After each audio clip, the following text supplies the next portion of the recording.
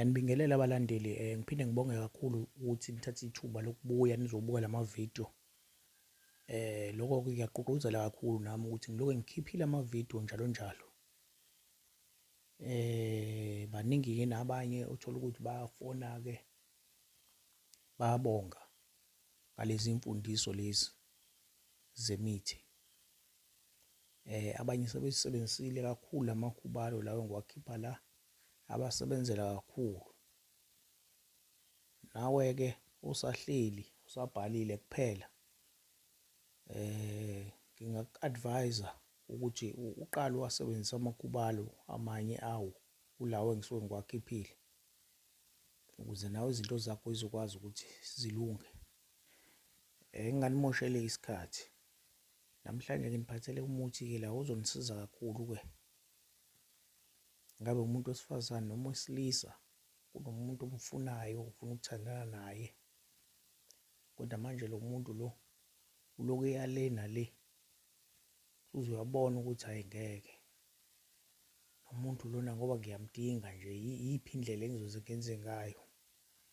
Namhlanje-na-ke ngizokusiza-ke namhlanje ukuthi ukwazi ukuthi umthole lo muntu omfunayo.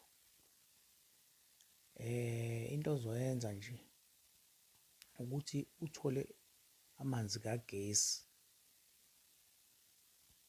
bese uthola amafutha enkosazane le ebomvu, le etholakala ekhemesi ebomvu, bese uthola ovuma bonke,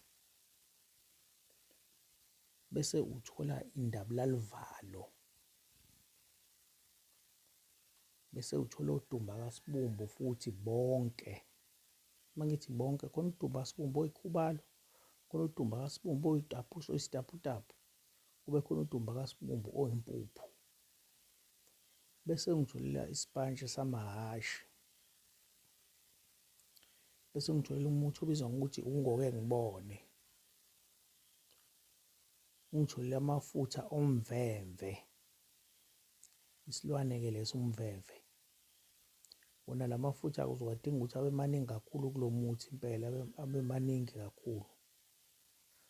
Bese ngitholela amafutha esikhukhukazi, ngifuna ukuthi uthole amafutha esikhukhukazi, kunalesi sikhukhukazi lesi ukuthi uma kuqhamuka ikhude uthole ukuthi sivane sishone phansi, silinde lenze leyo nto leyo, bese-ke siyasukuma sihambe kanjalo.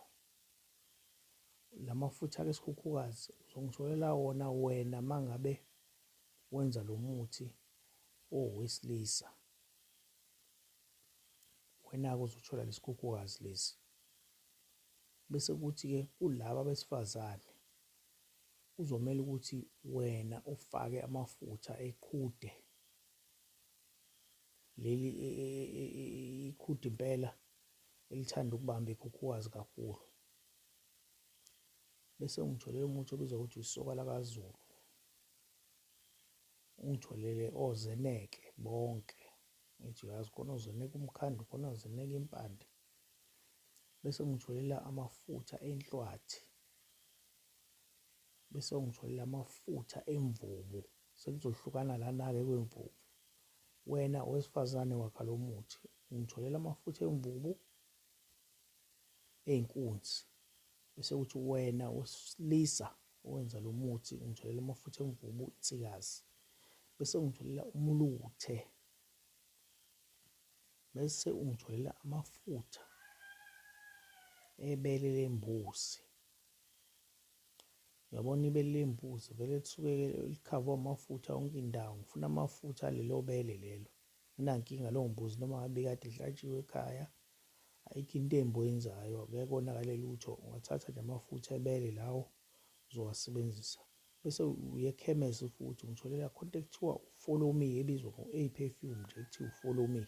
Uma ufika ekhemesi uyifuna leyo nto leyo bazokunikeza wona. Bese ngitholela umuthi ekuthiwa uvendle, uvendla kaVilaphi. Into ozoyenza-ke manje, gala amakhubalo lawa agayekayo lawa, agayisisa impela uwacwisisa. Mase uwagayileke usu-eda amafutha, ukhumbule ukuthi ngithe amafutha lawo omvemve wona kufanele abe maningi kuleli bhodlela leli olakhayo okanye lesi siphondo leso sakhayo. Bese-ke uma usugayileke ukufaka ebhodleleni, into ozoyenza-ke manje uzothatha lamafutha lawa okanye lesi siphondo lesi usuyasigcoba-ke manje, usigcoba emashiyeni, ugcobe nasezandleni, bese uyahamba uya kulo muntu lo omfunayo. Into engakutshela yona nje okumele uyenze ukuthi mhlambe kungenzeka ukuthi lo muntu omfunayo usemsebenzini noma ukuphi, hamba nesiphondo sakho okanye nesigqabo sakho, mase uwazi ukuthi usuzobonana naye, usuyagcoba emashiyeni, ugcoba nasezandleni, ungaxhawuli noma ubani, wenze sure ukuthi umuntu ozoqala ukumxhawula kuzobe sekuyena. Ingakho ngithi leli bhodlela lakho alihlale ephaketheni, umuntu ozoqala ukumxhawula nje sekuyena. Umxhawule nje noma umthinte kahle esandleni nje kahle nawo ngalamafutha lawa, ungawakhathi kakhulu lamafutha ekutheni ukuthi azathi uma ngabe umthinta ngawo bese-ke ebona ukuthi khona into omthinte ngayo, uwashi nje kancane bese uyamthinta. Uma kukhona indlela ukuthi ungambamba nje mhlambe for ama-second ambalwa ungamdedeli, ukuthi ukubamba nje kancane ama-second ambalwa, mhlawumbe ulokuxoxa le uyixoxisa lento oyixoxayo kuyena, umbheke emehlweni lapho. Angithi manje njengoba umbheke emehlweni nje ugqabile ngalesigqaba, angithi ugcobile la emashiyeni bese ugcobile nalezandleni la, ufuna lo muthi ungene kuyena, uzomuzwa kayilapho ukhuluma naye, uzobe ekuthambela. Uphinde umphinde futhi kabili okanye kathathu, noma ngakuthiwa ukwaqala ukufaka indaba yakho nje, ufake leyo ndaba leyo. Uma ukuthi umuntu wesilisa, ufake leyo ndaba, vele uzovumela lento oyishoyo, ngoba lo muthi lo uma ngabe usebenzisile wenza nanokuthi umuntu afikelwe yileyo ndawo leyo ukuthi akufise okanye abe on. So vele wena lesikhathi uzomthinta ngawo lo muthi uzokufudumala igazi, bese efise engazuthi angaba kanye nawe ocansini, kodwa futhi nothando futhi kuyena, ebeluzwe engazuthi ezwe ngathi uyakuthanda nje, kodwa futhi ugijimisa imizwa yakhe.